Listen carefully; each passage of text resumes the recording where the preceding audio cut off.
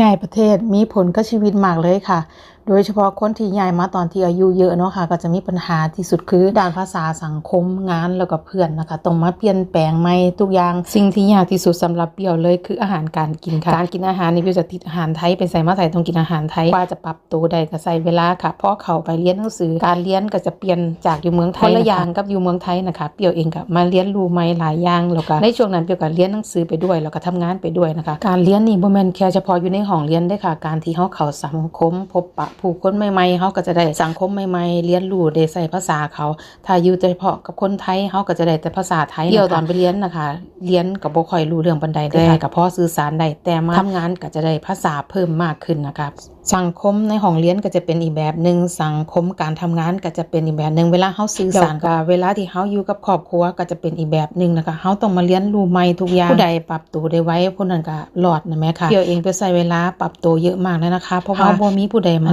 ฝึกให้เฮานะคะเฮาก็ต้องด้วยตัวเองแล้วก็หัดด้วยตัวเอง